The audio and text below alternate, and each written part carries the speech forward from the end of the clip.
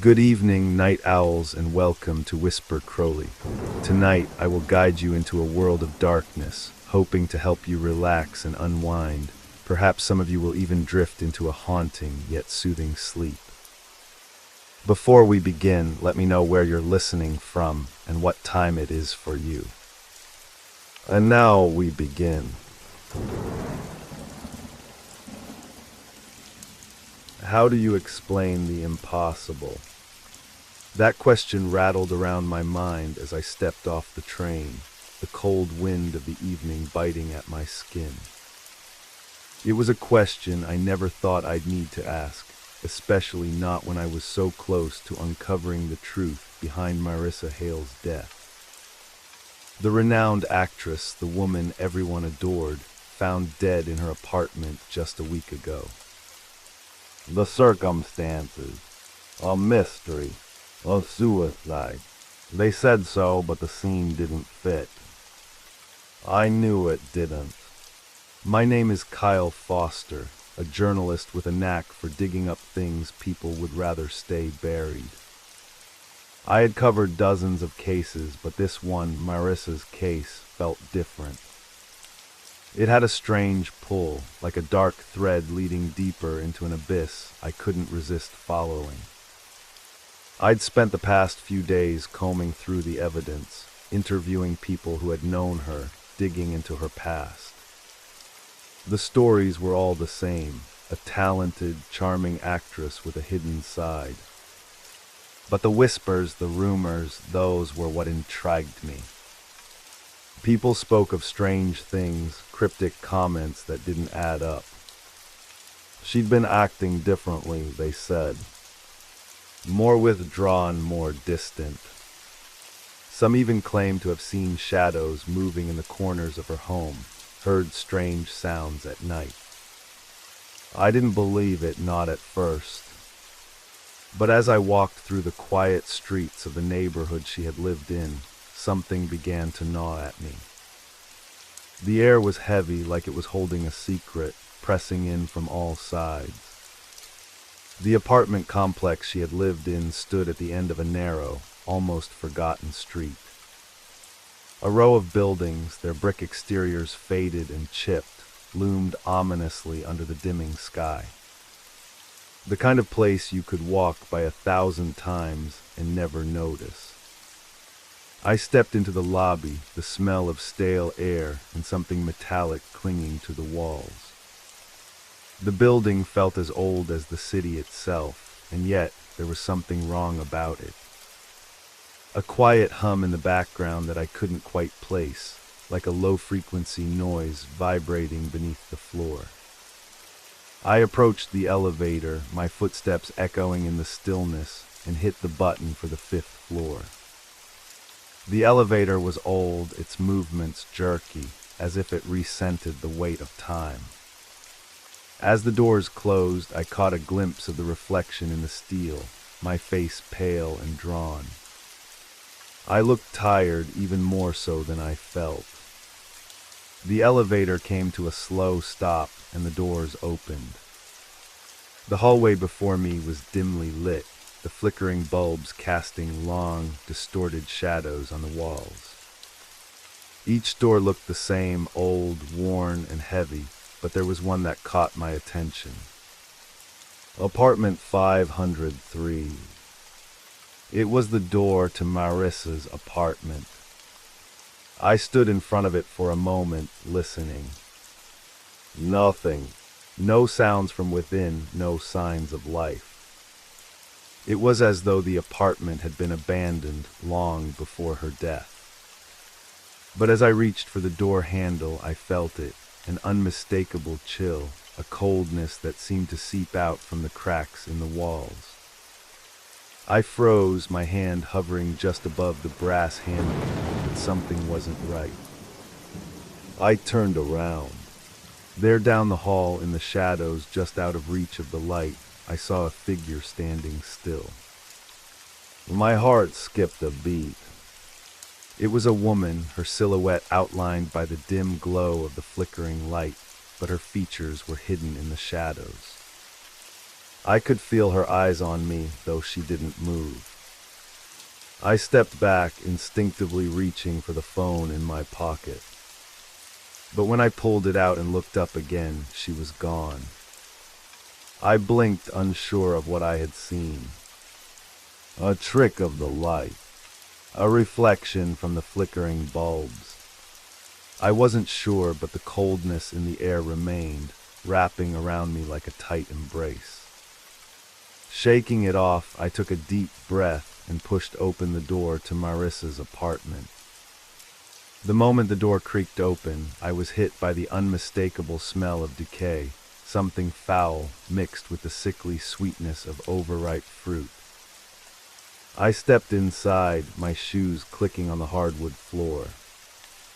The apartment was sparse, with only the faintest traces of life left behind, empty bottles of wine on the kitchen counter, a few scattered clothes in the bedroom, but there was one thing that stood out.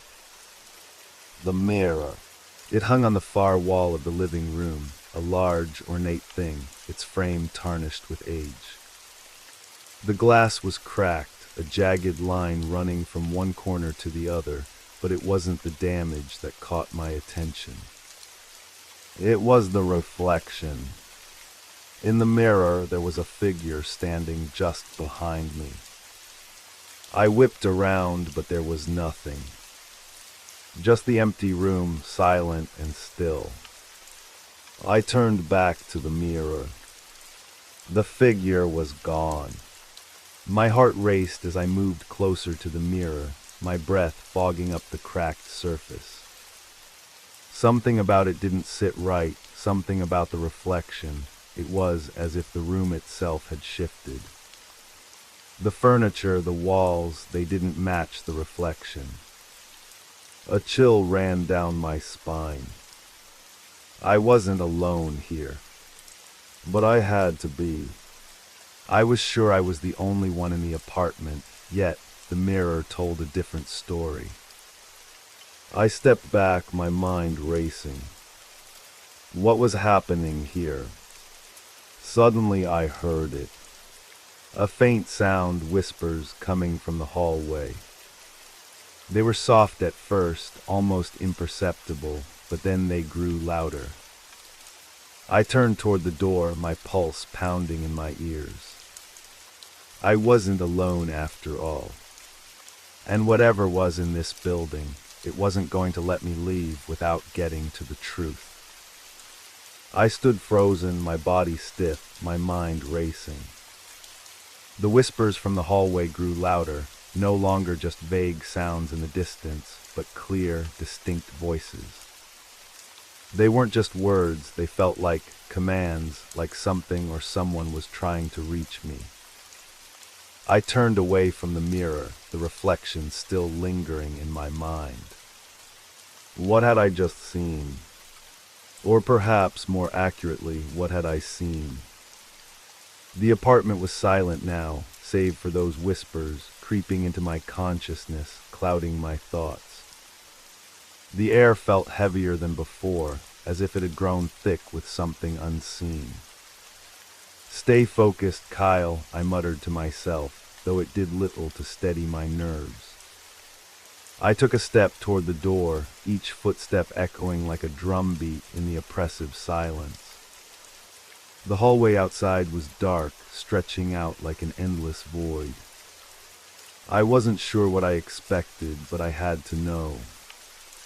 I had to find out why this place felt like it was hiding something. The whispers were coming from the left, just around the corner. Hesitation tugged at me, but curiosity, an instinct I had honed through years of investigative work, pushed me forward. I crept down the narrow hall, the floorboards groaning under my weight, protesting with each step. The walls were adorned with peeling wallpaper, yellowed with age, their edges curling like they were being slowly consumed by time. As I neared the corner, the whispers intensified, now almost urgent, filled with a sense of desperation. They seemed to be coming from behind one of the doors. I paused, trying to discern where the sound was coming from exactly. Every muscle in my body tensed, but I had no choice. I had to know. I reached out slowly, cautiously, and grasped the doorknob. It was cold against my skin, sending a chill through my body. With a quick twist, the door creaked open. The room beyond was cloaked in darkness, but I could make out the faintest outline of a figure standing near the window, the silhouette of a woman. For a moment I just stared, my breath shallow. My eyes were adjusting to the dark, and I could see her more clearly now. She wasn't moving, just standing still, as if frozen in time. But it wasn't the figure that caught my attention. It was the overwhelming sense of wrongness that hung in the air like smoke. I stepped inside, my heartbeat thudding in my chest, and called out softly, "Marissa." But there was no answer. The figure remained still, unmoving. My breath hitched in my throat as I took another step forward. Suddenly, a noise from the corner of the room caught my attention. I turned to find a small table covered in dust, yet there was something placed on top, a framed photograph, its glass cracked and warped. I picked it up, careful not to disturb it too much, and peered at the image. It was a picture of Marissa, but there was something strange about it. Her eyes were dark, lifeless, and in the background, behind her, was a shadow. The shadow looked like it was reaching out, its fingers elongated and twisted, as if it were trying to grab her. My breath caught in my throat as I felt a chill creep up my spine. What the hell was that? The photograph was dated only a few weeks ago, yet the image felt like it was taken from another time, another reality. I set the photo down and turned back toward the figure by the window, but she was gone. The room had fallen into a deep, unnatural silence. I stepped closer to the window, my fingers trailing along the worn curtains. I could just make out the faint outlines of the city skyline in the distance, shrouded in the creeping fog of the night. Suddenly a noise behind me, a thump, made me whirl around, heart racing. The door slammed shut, cutting off my escape. Panic surged through me as I pulled at the door handle, but it wouldn't budge. I was trapped. My pulse was erratic now, my hands slick with sweat. What was happening? Why couldn't I leave? The whispers, the eerie figure, the photograph, none of it made sense. I backed up, my mind spinning with questions I couldn't answer. The shadows in the corners of the room seemed to shift, grow larger, more pronounced. And then I heard it, footsteps. Light, almost imperceptible, but unmistakable. They were coming closer. I spun around, searching for any sign of where the noise was coming from, but the room was empty. I felt the hairs on the back of my neck stand up. It was as if I wasn't alone in here anymore. Something or someone was watching me. Then out of the corner of my eye, I saw a figure standing in the doorway. A woman dressed in all black, her face hidden by the shadow of her hood. She stepped forward, her movements fluid, almost unnatural. And then I saw her eyes. They weren't human. They were black like the void, endless and cold, swallowing everything in their path.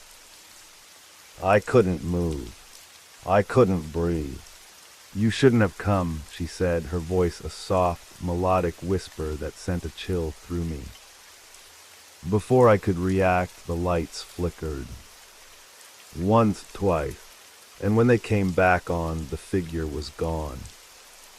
The whispers began again, louder now, swirling around me like a storm. I stumbled backward, my mind racing for answers, but I couldn't grasp anything. The walls seemed to close in, the room shrinking, distorting. I slammed my hands against the door, desperate, but it wouldn't open. I could feel the air growing colder, heavier, pressing against me from all sides. This was no longer just about Marissa's death. There was something far worse hidden in this place, something far darker than I had imagined. I had to find out what. But at what cost? The air in the room thickened as the whispers grew louder, swirling around me like an ominous storm. My hands gripped the door handle with a frantic urgency, but it refused to budge, locked in place by some unseen force. I felt as if the very walls were closing in, as if the house itself was alive, breathing with a pulse that matched my racing heartbeat. I took a step back, my breath coming in shallow gasps. The figure, the woman in black, was gone, but I could still feel her presence, like a weight on the back of my neck. Her eyes, those inhuman eyes, haunted me. I couldn't shake the feeling that I was being watched, that something was lurking in the corners of the room, waiting for the right moment to strike. I turned around in a panic, desperately searching for any sign of escape. But the room was still, eerily still. The flickering lights cast long shadows on the walls, distorting everything they touched.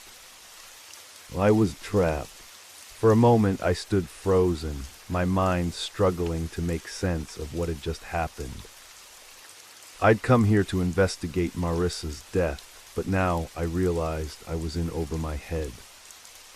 Whatever was happening in this house, it wasn't just about a simple crime. This was something darker, something that reached beyond the physical world. The whispers returned, this time not from the walls, but from inside my head. Faint at first, like a whisper on the wind, but growing louder with each passing second. They were familiar, like voices I'd heard before. "But where? Why are you here?" one voice hissed. It sounded like a woman's voice, sharp, accusing. "You shouldn't have come." "Get out," another voice growled, low and guttural, like something not entirely human. I clenched my fists, trying to block out the voices, but it was impossible. They were all around me, crowding my thoughts, taunting me. My mind spun, disoriented by the overwhelming noise. I stumbled back toward the window, desperate for air, for something real, something solid. But as I approached the glass, I froze. Outside, the city skyline had disappeared, replaced by an endless, impenetrable blackness. No lights, no signs of life. Just darkness stretching on forever. I blinked, trying to make sense of what I was seeing. This wasn't possible. There was no way the city could just vanish. My thoughts raced as I pressed my hand against the glass. The coldness seeped through my skin, sending a chill down my spine.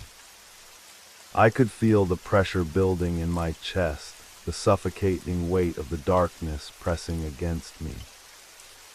I had to get out. I had to leave. But the room seemed to stretch, the walls growing taller, the floor sinking beneath my feet. The air was thick with the scent of decay, stale, moldy, like something was rotting just out of sight. And then in the midst of the madness, I saw her again. The woman in black. She stood in the doorway, her figure framed by the dim light that bled through the cracks in the door. She was motionless, her face still hidden in the shadows, but I could feel her eyes on me, cold and unblinking. "Get out," she repeated, her voice softer this time, almost pleading. "You don't belong here." My heart hammered in my chest as I took a step back. This couldn't be real. It couldn't be. But everything around me, the whispers, the darkness, the woman, felt too tangible, too real to ignore. "Who are you?" I managed to choke out, my voice trembling. "What do you want from me?" Well, she didn't answer at first. She just stood there watching me with those empty, soulless eyes. I could feel her presence like a weight pressing down on me, suffocating me. "You shouldn't have come," she said again, her voice barely above a whisper. "It's too late now." Suddenly the door behind her creaked open, the sound echoing through the silence of the room. My body went rigid, my heart skipping a beat as I turned to see what had caused it. The shadows seemed to deepen in the doorway, as if the darkness itself was reaching out to pull me in. "No," I whispered, shaking my head. I was trapped, completely trapped. There was nowhere to run, nowhere to hide. The woman in black stepped forward, her movements slow, deliberate. She raised one hand, her fingers stretching toward me as if she was going to touch me, to pull me into the abyss with her. I backed up, my feet stumbling over the uneven floor. My mind was reeling, trying to make sense of everything. What was happening? What was this place? And why couldn't I escape? Then, just as her hand was almost within reach, the room seemed to shift. The walls groaned, the floor cracked, and the air grew colder. A deafening noise filled the room, a cacophony of whispers, screams, and strange, unearthly sounds. It was as if the very house was alive, reacting to my presence. The woman in black froze, her expression unreadable as the shadows around her seemed to writhe and twist. The temperature dropped sharply, and I could see my breath in the air. I was trapped in a nightmare, a place where the rules of reality no longer applied. And then the whispers stopped. Everything went still. The woman's eyes flickered for the briefest moment, as if she were struggling to maintain her form. Her figure blurred, fading into the shadows. I watched in horror as she disappeared, leaving nothing behind but an empty doorway and the echoes of the madness that had just unfolded. I was alone again. But was I really alone? The whispers had stopped, but the silence felt more dangerous than the noise. The darkness pressed in on me, a constant reminder that I was still trapped in this place, this house that felt less like a home and more like a tomb. I couldn't shake the feeling that I wasn't just dealing with Marissa's death anymore. I was dealing with something much older, much more powerful. Something that had been waiting for me. And it wasn't done with me yet. I had to leave. I had to get out before it consumed me completely. But the question remained, how could I escape when the very walls were alive with terror? I was running out of time. I couldn't breathe. The air had thickened, becoming suffocating, pressing in from all sides. I felt as if the house itself were closing in, the walls leaning inward, and the floor beneath my feet was unstable, like it could collapse at any moment. The silence had returned, but it was a different kind of silence. A silence that felt like it was waiting. Watching. Listening. I staggered back toward the door, my hands trembling as I gripped the doorknob once again. I turned it, but the door remained locked, held fast by some unseen force, keeping me here in this twisted space. Panic surged within me, sharp and unrelenting, making it harder to think. The focus. I pounded on the door with my fists. Let me out. Please, let me out. My voice echoed in the empty hall, but there was no response. No sign of help. I was alone. Or was I? A shadow moved across the corner of my vision. I spun, eyes wide, but nothing was there. The room seemed empty, just as it had been a few moments ago. Yet the unsettling feeling remained, a constant pressure against my chest. It was as if something was standing just beyond my reach, watching, waiting for me to make a move. "Get a grip, Kyle," I muttered under my breath, trying to steady myself. "Focus. You can't let this place get to you." But it was getting to me. The walls seemed to shift and breathe, the shadows lengthening and twisting as if they had a life of their own. I was trapped in a nightmare, but it wasn't just the house that was the problem. It was the presence. That woman in black, her cold, empty eyes that seemed to pierce through me. And the whispers. Always the whispers. They were still there, even though I couldn't hear them, echoing in the back of my mind. The hairs on the back of my neck stood up, a prickling sensation running down my spine. Something was wrong. I needed to get out of here. But how? I moved toward the window, my footsteps faltering with each step. The darkness outside had deepened, the city skyline completely gone. There was no sign of life anywhere. It was as if the world beyond this house had ceased to exist. But what terrified me most was not the disappearance of the city, it was the reflection in the glass. I froze, my breath catching in my throat. It was me, but it was. I stood there, staring at the reflection of myself. But something was wrong. My face was pale, my eyes wide with fear, but it wasn't just fear that I saw in the reflection. There was something else, something behind my eyes, a darkness that wasn't mine. It was as if I was looking at a version of myself that didn't belong in this world. A version of me that had been twisted, altered by the very thing that haunted this house. I reached out, my hand trembling, pressing it against the cold glass. But the reflection didn't move with me. It stayed frozen, staring back at me, its eyes, my eyes, empty, hollow. "Wake up, Kyle," I whispered to myself. "Wake up. This isn't real."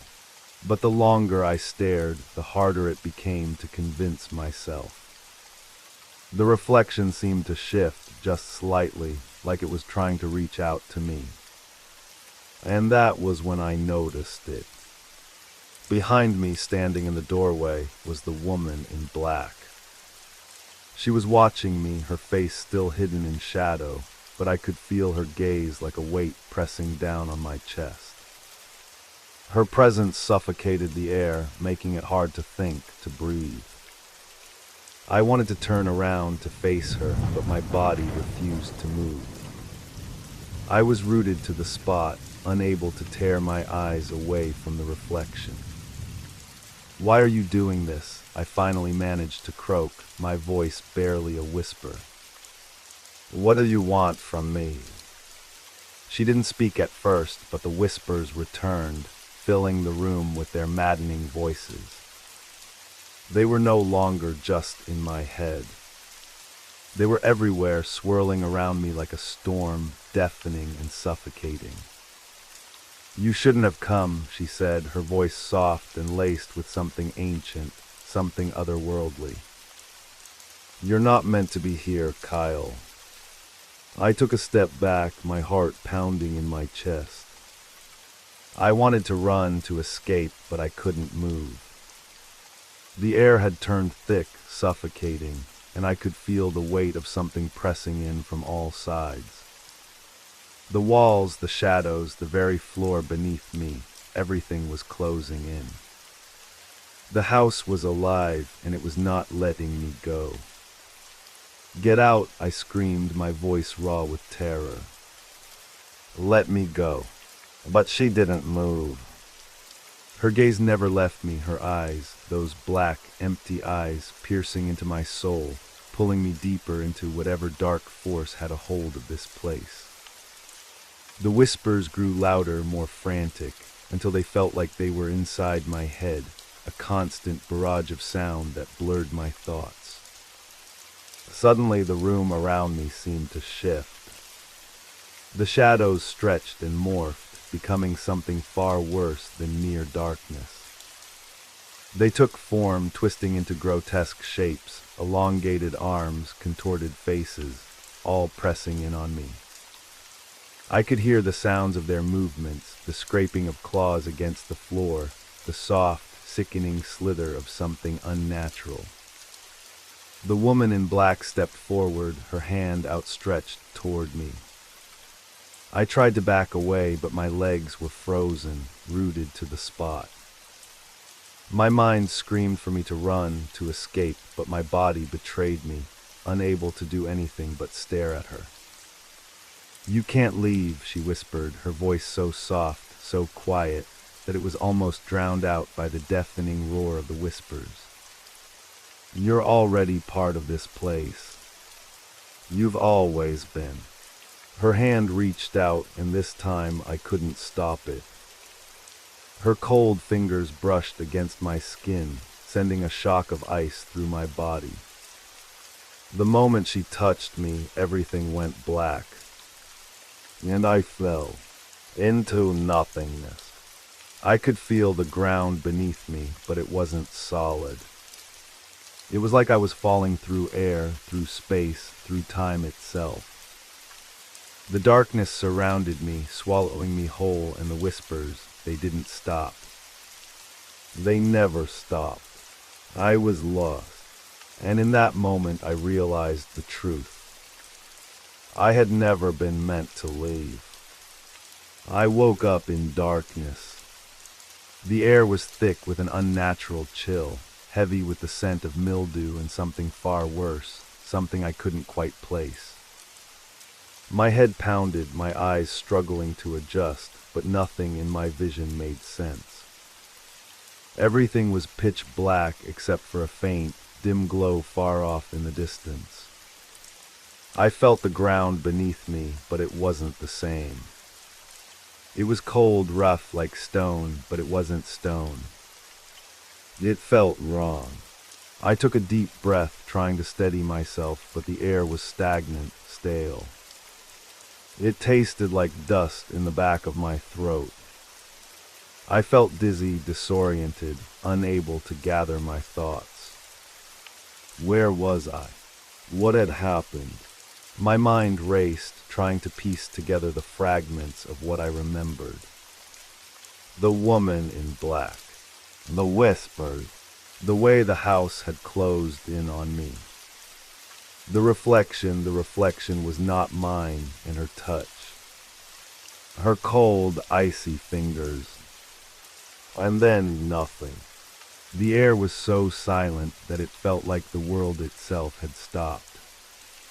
The sound of my breath was all I could hear, but even that seemed muffled, as if it were trapped under thick layers of fog. My hands moved instinctively to touch my face, my chest. I could still feel my pulse, a quick rhythm in my throat. I wasn't dead. But where was I? I stood shaky on my feet, every part of my body screaming in protest. I wanted to scream, to call for help, but something kept me silent. The oppressive silence that hung in the air pressed on me, pushing me deeper into myself. I hesitated before taking a step toward the distant light, my legs feeling unsteady beneath me. With each movement, it became harder to breathe. The weight of the air, the sensation that I was being watched, it was like a suffocating force. I wasn't alone. I could feel it even though I couldn't see anything, hear anything other than my own labored breathing. The ground beneath my feet seemed to shift as I moved forward, as if the very earth were alive, watching me. It was unsettling. The faint glow seemed to flicker in the distance, like a will-o'-the-wisp, elusive, pulling me in, yet keeping me at arm's length. Suddenly a sound broke the stillness. A soft shuffle, like someone or something was moving. It was barely audible, but it was there, just beyond my perception. I froze. The hairs on the back of my neck stood up. There in the darkness, something moved again, this time much closer. The shuffle became louder, more distinct. I could feel it vibrating through the ground, a low, rumbling sound that seemed to come from the very depths of whatever this place was. I turned in the direction of the sound, but I saw nothing. The darkness swallowed everything. There was no source of the noise, no figure, no shape to trace. And yet I wasn't alone. A chill ran down my spine as I realized the truth. I had never been alone. They were watching me. The thought pierced my mind like a blade, and I couldn't shake it. The whispers returned. Only this time they weren't just in my head, they were all around me too. They were murmurs at the edge of my hearing, growing louder with each passing second. I could hear words, disjointed phrases, half-formed thoughts, too distant to comprehend, but close enough to drive me insane. They echoed in the air, surrounding me, crawling beneath my skin. My breathing quickened. I had to move. I couldn't stay here. Not with them so close. I pushed forward, stumbling through the darkness, my hand reaching out in search of anything that could guide me. But there was nothing. Just the rough stone beneath my feet and the cold, suffocating air. And then I saw her. The woman in black. She was standing in front of me just a few steps away, like she had appeared out of nowhere. Her figure was vague at first, a silhouette against the dim light. Her features were hidden in the shadows, but I could see her eyes. Those empty eyes. They glowed faintly like two black pits drawing me in, sucking me into a void I couldn't escape. I stopped, frozen. She didn't move, didn't speak. But I felt her presence more than I saw her. It was like she was the darkness, like she embodied it.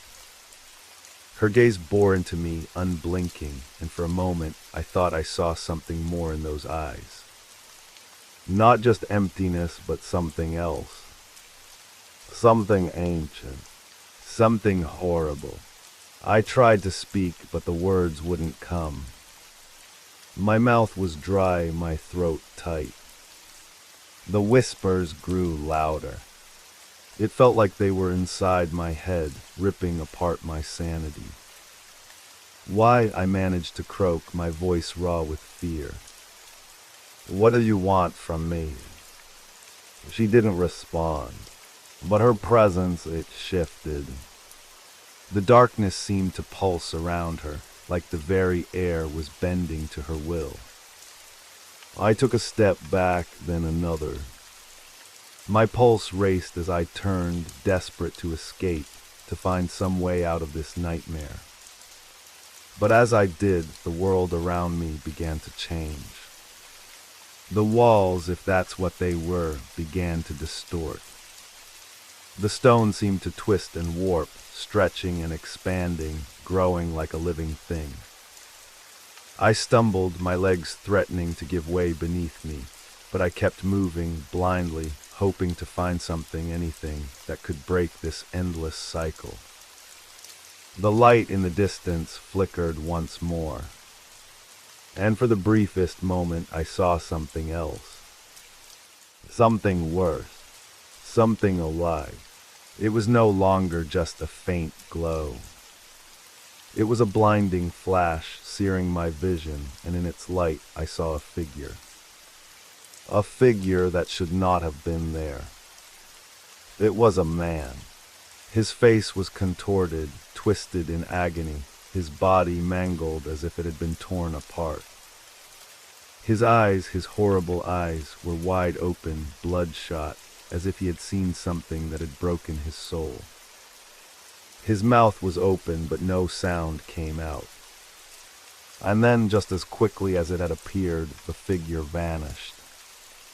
The air grew heavier, the whispers louder. I felt myself being pulled into the light, towards the thing I couldn't understand, the thing I had been running from all along. But no matter how hard I tried, there was no escape. This place, whatever it was never going to let me leave. It was as if it had claimed me, as if I had always been part of it. And the woman in black, she was not the only one watching me.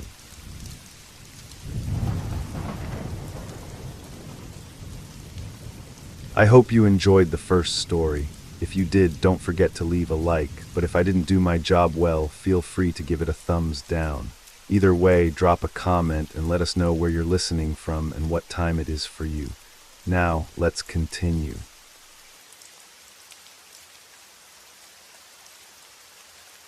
Have you ever felt like the road in front of you was changing? Not in the way a city evolves over time, with new buildings and shifting traffic signs, but as if the asphalt itself was alive, bending reality when you weren't paying attention. I had never thought about it until that night. It was past midnight when I left the warehouse on the outskirts of town. The meeting had run late, and I was in no mood for conversation. I just wanted to get home.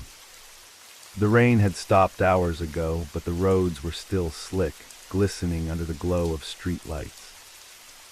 The air smelled like wet concrete and gasoline. I turned onto Miller Street, a road I knew by heart. Or at least I thought I did. The first sign that something was wrong came when I passed the same gas station twice. At first, I brushed it off. Maybe I had taken a wrong turn. Maybe exhaustion was making me careless. But then it happened again. The neon sign, 24-hour fuel and Mart, blinked at me like a taunt. The same cracked pavement. The same dented trash bin by the entrance. I gripped the steering wheel tighter. This isn't possible, I muttered. I kept driving. The road ahead was empty, stretching into the darkness like an open mouth. The GPS on my phone flickered, the map freezing before resetting entirely. No signal. The streetlights thinned out. Buildings became shadows. The familiar cityscape dissolved into something unfamiliar. The turns no longer made sense. I could have sworn Miller Street didn't have this many intersections. And yet, every time I tried to correct my course, I ended up on the same road again. That's when I noticed the figures. At first, they were barely visible. Just shapes lingering at the edges of the street, too far to make out any details. They didn't move. They didn't walk or shift. They just stood there watching. A chill crept up my spine. I stepped on the gas. The engine growled, tires screeching against the pavement, but the road seemed to stretch endlessly ahead of me. I checked the rear-view mirror. The figures were closer. Not running, not walking, just closer. My breath hitched. My fingers tightened around the wheel until my knuckles turned white. I needed to get out of here. No, I yanked the wheel to the right, taking the next turn without hesitation. And then, the gas station appeared again.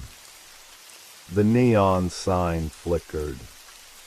The same cracked pavement. The same dented trash bin. My stomach twisted. This was wrong. This wasn't real. I slammed the brakes. The car skidded to a stop. My pulse pounded in my ears as I reached for my phone again. Still no signal.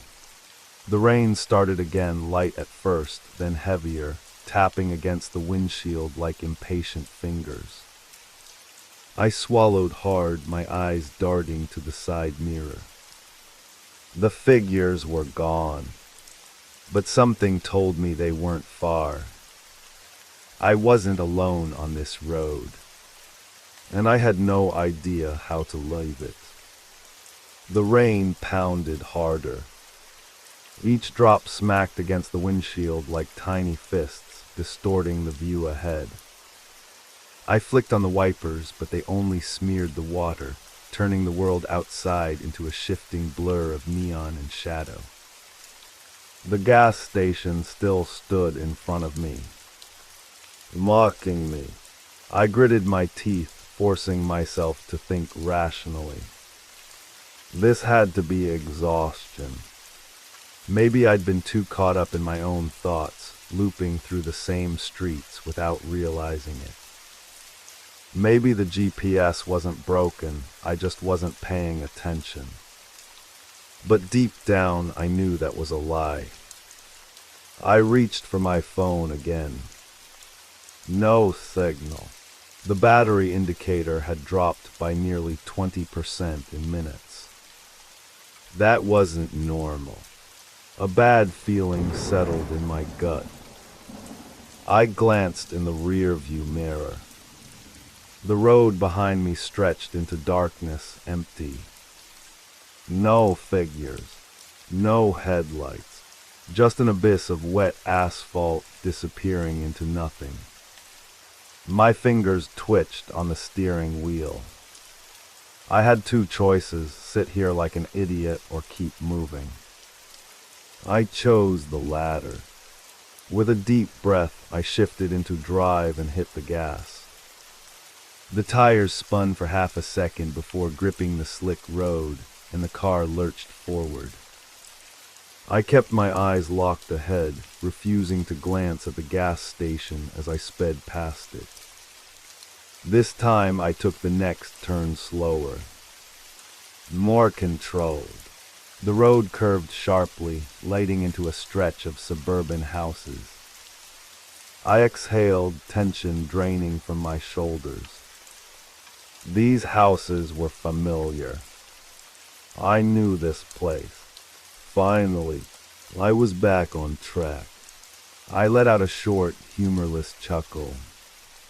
Maybe I really had been imagining things. Then I saw it. The gas station. Again, my breath hitched.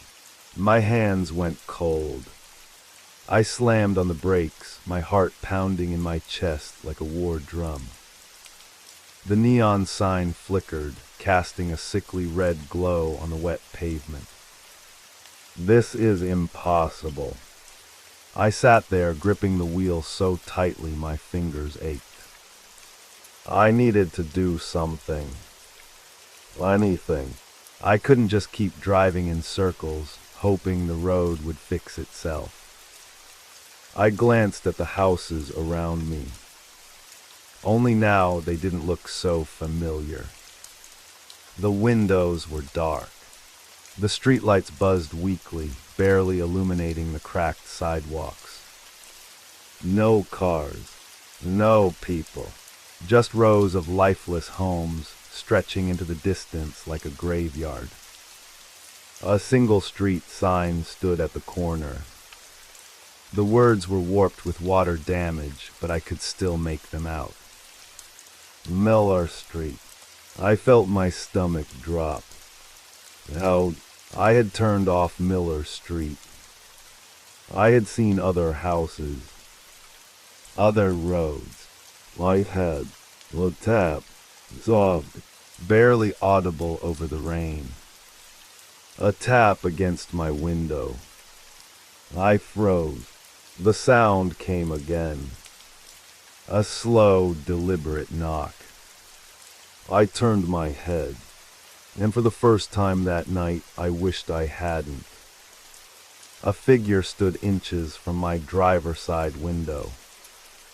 No umbrella, no hood, just standing there in the pouring rain, their head tilted at an unnatural angle. Watching me. I couldn't see their face. The water smeared across the glass distorted the details, turning them into a faceless silhouette. My breath caught in my throat. I wanted to move, to hit the gas, to leave this place behind. But I couldn't, because the figure wasn't alone. There were more. They emerged from the shadows, stepping onto the road, onto the sidewalks. Dozens of them, motionless, silent, their heads all tilted at the exact same angle. Watching, I gripped the gear shift with trembling fingers. Then, all at once, they took a step forward. I couldn't breathe. The figure outside my window, if it could even be called a figure, remained motionless, but my body screamed for me to do something. Anything. I couldn't just sit here and wait for whatever this was to reach me. But the strange stillness of the street held me in place. The others, dozens of them, all eerily identical, hadn't moved. Their heads were still tilted at unnatural angles, staring at me through the glass, their presence suffocating the air. They didn't walk, didn't speak. They just stood, watching. I reached for the door handle. My hand shook, the cold metal biting into my skin as I tried to steady myself. The wipers slapped against the windshield with a frantic rhythm, desperately trying to clear the mist that clouded my view, but the figures remained obscured by the smear of rain and condensation. Then from the corner of my eye, I noticed something worse. A shadow moved across the street. It was subtle, barely noticeable at first, but unmistakable when I focused on it. A tall, dark shape moving from one house to the next, slipping between the shadows of the trees and the flickering streetlights. I couldn't make out any details, no face, no figure, but it was there. And it was coming closer. My heart raced, hammering against my ribcage, louder than the sound of the rain. I looked back at the road ahead. Miller Street, that damn street, was endless now, stretching on forever in front of me. There were no exits, no clear path forward. The figures at my window didn't move. Not yet, but something in their posture told me they were waiting for the right moment. I had to get out. I had to escape. But how? I was trapped. No signal, no way of reaching anyone. I tried to start the engine again, my hands shaking so violently that it took several attempts before the car finally turned over. The sound of the engine roaring to life felt like a relief, but I didn't know if it would be enough. I slammed the car into reverse. The tires screeched as I backed up, desperate to break free from the suffocating stillness of the road.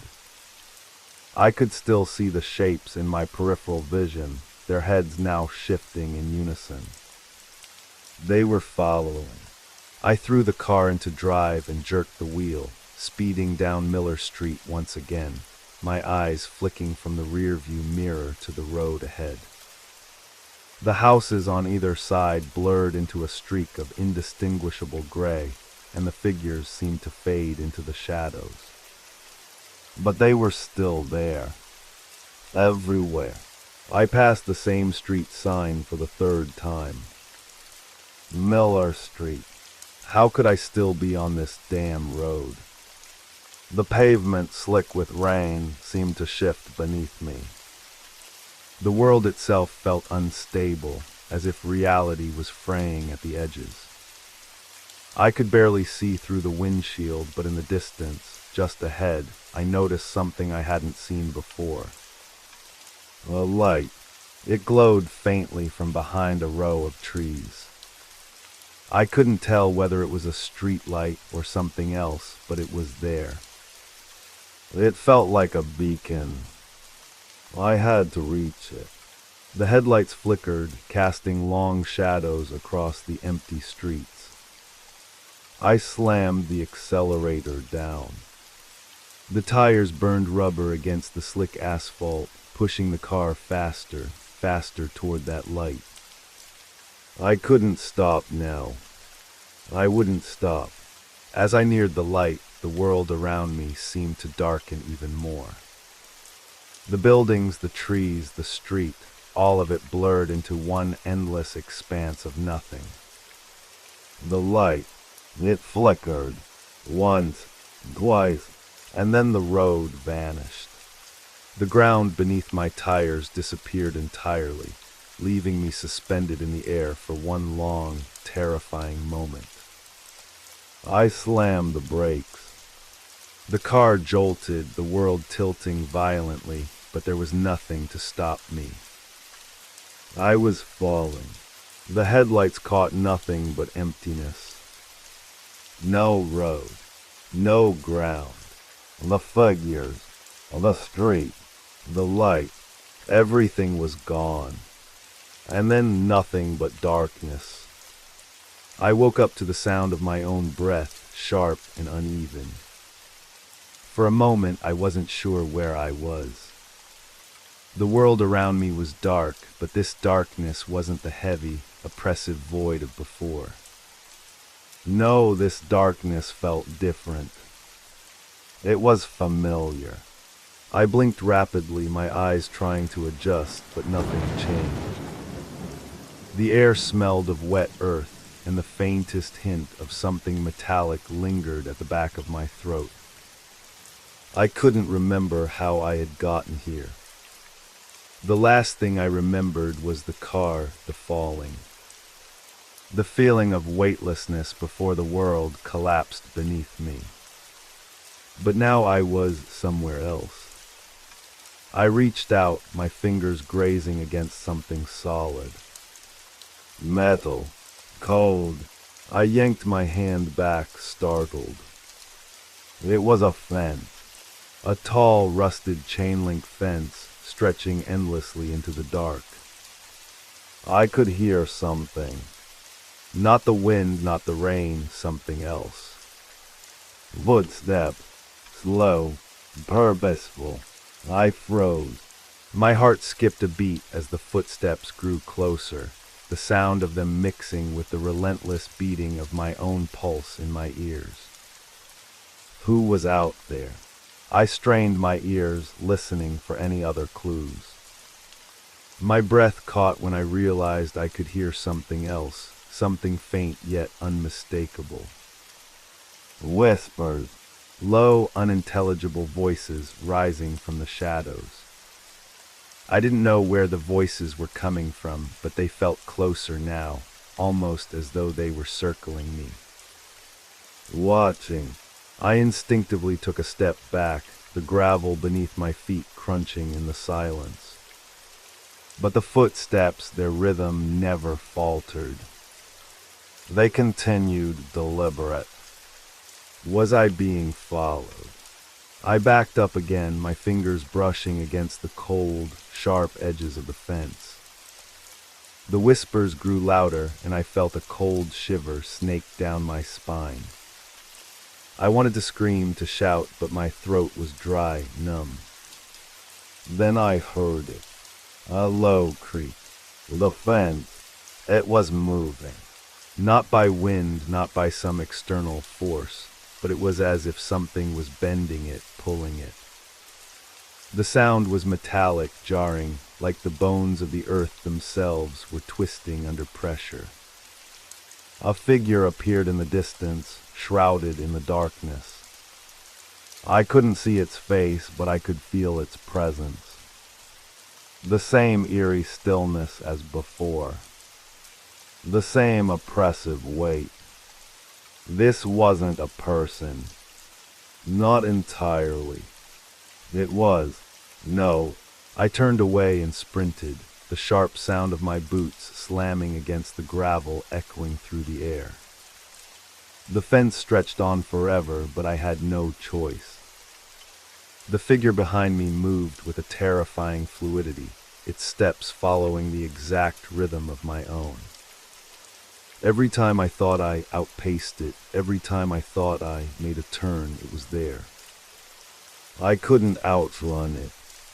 And then without warning, the ground beneath my feet shifted again. I wasn't running anymore. I was falling. I slammed into the earth with a painful thud, my body skidding along the rough surface, my hands scraping against the ground. My head spun. The world tilted. I tried to push myself up, but the air felt thick. Too thick to breathe. I looked up. The figure was closer now. It was no longer moving. It was standing still, watching. I could almost feel its gaze, piercing through the darkness like a knife. My legs refused to move, my body locked in place. For a moment, time seemed to stretch. The figure loomed over me, its shape, its presence, so unnatural that I couldn't fully comprehend it. I tried to speak, but no words came. And then, just as quickly as it had appeared, the figure vanished. The air felt lighter. The whispers stopped. But I knew. I wasn't alone anymore. And somehow I still wasn't on Miller Street. I didn't know where I was, but I knew I couldn't stay. I couldn't stay. I stumbled to my feet, my legs weak beneath me. The darkness seemed to shift around me, like the world was still twisting, still folding into itself. But I couldn't stop. I had to move. I had to get away from the figure. From the place that was trapping me. From whatever this was. So I ran. Again. And this time I didn't look back. The air felt heavier now, thicker somehow, as if the very atmosphere around me was pressing down. My chest constricted with every breath, and the weight of it all seemed to grow heavier with each step I took. My feet hit the ground with a hollow thud, but I couldn't slow down. I didn't dare look behind me. The figure, whatever it had been, had disappeared, but the unease, the feeling of being followed, didn't leave. It lingered like a dark shadow, lurking just at the edge of my senses. I had to find my way out. The road, no, the path was unrecognizable. This wasn't Miller Street anymore, or at least it didn't feel like it. I couldn't even remember how I had ended up in this place. One moment I was in my car, heading back after a long day. The next I was here, in this forsaken labyrinth of twisting roads and oppressive darkness. The trees, they were different too. The branches curled unnaturally, like twisted hands reaching out to grab me. The leaves, when they rustled, didn't sound like leaves at all. They sounded wrong, too dry, too brittle. The world around me was breathing, but it wasn't alive in the way it should have been. It was suffocating, pressing against me from all sides. I forced myself to keep moving, my heart pounding in my ears, the sound of my own breath drowning out everything else. I should have turned back. I should have retraced my steps. But that thought, that instinct, felt like a lie. It felt wrong, as though doing so would make things worse. There was only one direction now, forward. The road stretched out ahead of me like an endless ribbon, the dim light from the distant streetlights casting long, twisted shadows that seemed to dance and flicker as if alive. But there was no one there. No cars, no signs of life. Just me, and the feeling that I was being watched. I quickened my pace, desperate for anything that might resemble familiarity, anything that might give me a sign that I wasn't completely lost. But as I pushed through the thick underbrush, I couldn't shake the thought that the road was changing again. The pavement beneath my feet had begun to crack and split, giving way to dirt, gravel, and broken stones. The sound of my footsteps grew louder, the crunch of the gravel now a deafening rhythm against the silence. My breath became shallow, ragged, the weight of panic settling in once more. A sound, faint at first, then growing louder. The car. I stopped in my tracks. My heart leapt in my chest, a flicker of hope cutting through the fog of fear. It had to be. There had to be someone else here. I turned toward the source of the sound, straining my eyes against the gloom. The noise came closer, the growl of an engine revving louder and louder with each passing second. But as it grew nearer, the car wasn't what I expected. The headlights weren't bright, they were dim, casting a faint yellowish glow that did nothing to pierce the darkness. In the car, it wasn't a car at all. It was a shadow. It moved slowly, silently, its outline barely distinguishable from the road around it. The wheels didn't roll, instead it glided, floating inches above the ground. And yet it was approaching. Closer, closer. The vehicle stopped in front of me, and the engine cut out, leaving only the distant whispers of the wind. For a moment the world fell silent. My heart was hammering in my chest, but I couldn't look away. The car door creaked open. I couldn't see who was inside, but the faint silhouette of someone sitting there, staring at me through the tinted window, sent a chill creeping up my spine. The door opened wider and a figure stepped out, tall and thin, its movements slow and deliberate. I should have run. I should have turned around and bolted in the other direction, but my body wouldn't respond. Fear had paralyzed me. The figure took a step forward. Then another. My mouth went dry, my pulse quickening with each passing second. I didn't know what I was supposed to do. I didn't know what it wanted. The figure paused, then in the silence it spoke. Why are you running? The voice was smooth, too smooth. It was soft, almost soothing, but it made my skin crawl. I don't know, my voice cracked as I tried to speak, my throat tight and dry. You don't know, the figure's lips curled into something like a smile, but it wasn't a smile. It was something else, something hollow. No one does. Not here. My legs finally found movement, and I took a step back, but the figure was already there, its pace too fast. It was standing in front of me, blocking my path. It didn't make a sound as it moved. The air grew colder. What are you? I whispered, my voice barely audible, a tremor in my throat. The figure didn't answer immediately. Instead, it tilted its head as though studying me. Its eyes, dark, hollow, were hidden beneath the shadows of its hood. but for a split second I thought I saw something glimmer. A reflection. No, something darker, like a black hole pulling everything into itself. I took a step back, and then without a word the figure stepped aside, its form dissolving into the shadows as if it had never been there at all. The road in front of me stretched out, the darkness consuming everything once more. I stood there breathless, trying to process what had just happened. But I couldn't. I couldn't make sense of it. And the worst part was, I didn't know if I was supposed to keep running or if I should stand still, waiting for the next thing to come. But I knew one thing for certain. I wasn't getting out of here. Not yet.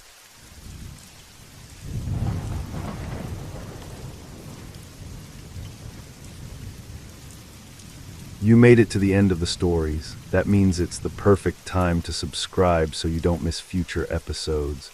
And if you haven't already, leave a like and drop a comment. I'd love to hear your thoughts. Have a great time relaxing, and good night.